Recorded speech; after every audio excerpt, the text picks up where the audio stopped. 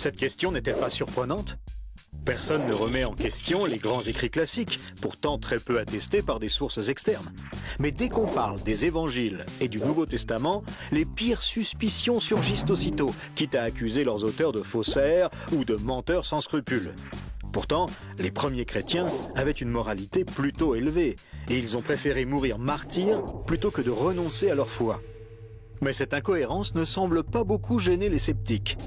L'accusation classique, exprimée invariablement dans les magazines et les émissions TV, consiste à affirmer que les évangiles ont été écrits 1 à 2 siècles après les faits. Puisque les témoins oculaires étaient morts, les auteurs ont pu écrire n'importe quoi sans risquer d'être contredits. De plus, on affirme que les seuls documents existants ne sont que des copies de copies et qu'il est désormais impossible de prouver quoi que ce soit. Alors voyons les faits. Il est vrai que les 2 codex principaux que nous possédons, le Vaticanus qui reproduit presque toute la Bible et le Sinaiticus qui contient le Nouveau Testament, datent du milieu du IVe siècle, soit 250 à 300 ans après les faits. Comparé aux autres écrits antiques, c'est déjà exceptionnel puisque la plupart des écrits anciens ne nous sont connus que par des copies écrites entre 400 et 1400 ans après les originaux. La poésie d'Aristote, écrite vers 340 avant Jésus-Christ, n'est connue que par 5 copies dont la plus ancienne date du Moyen Âge, soit 1400 ans après l'original.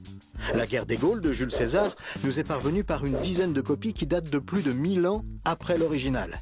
En comparaison, les copies du Nouveau Testament sont donc relativement proches des originaux.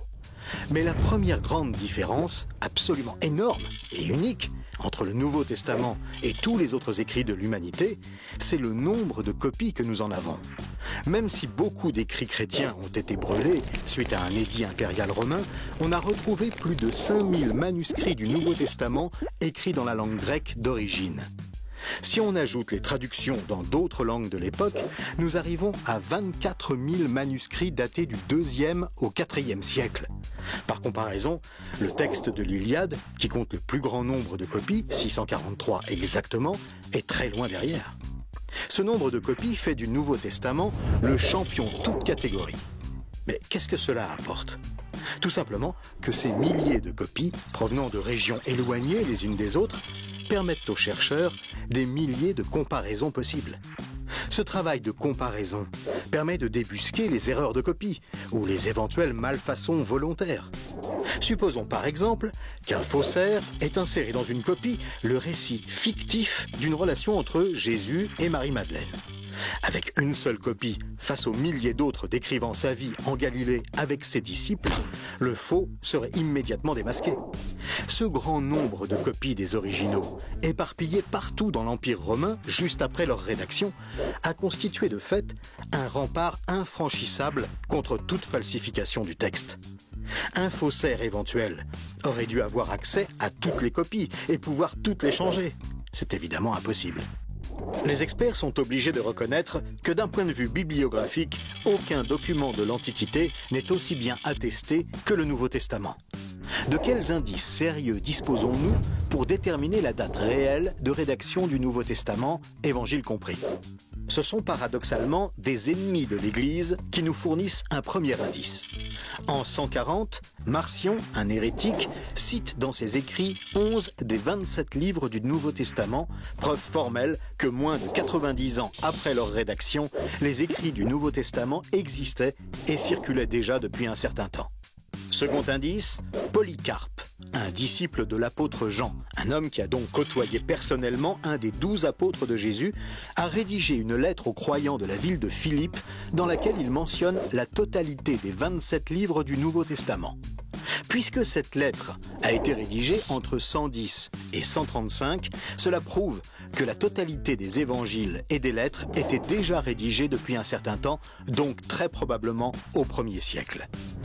Encore plus tôt, en 96, Clément de Rome cite dans une de ses lettres l'évangile de Matthieu, l'évangile de Jean et la première lettre de Paul aux Corinthiens.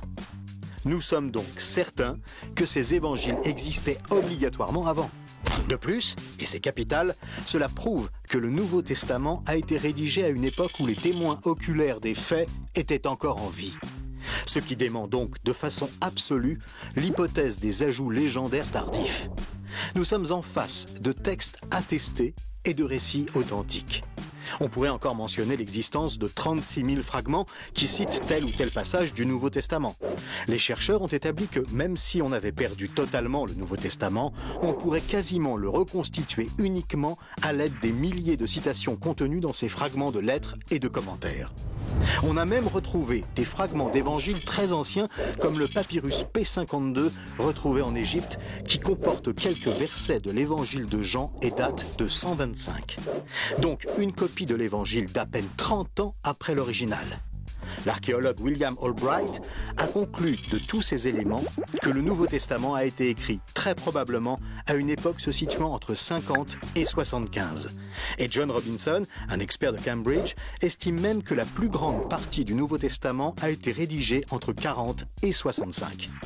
Puisque Jésus a été crucifié en l'an 30, ce sont effectivement des témoins de première main qui ont rapporté ce qu'ils ont vu et vécu. On comprend facilement qu'il n'est pas accepté de déclarer autre chose que ce qu'ils savaient être la stricte vérité, même s'ils ont dû le payer de leur vie.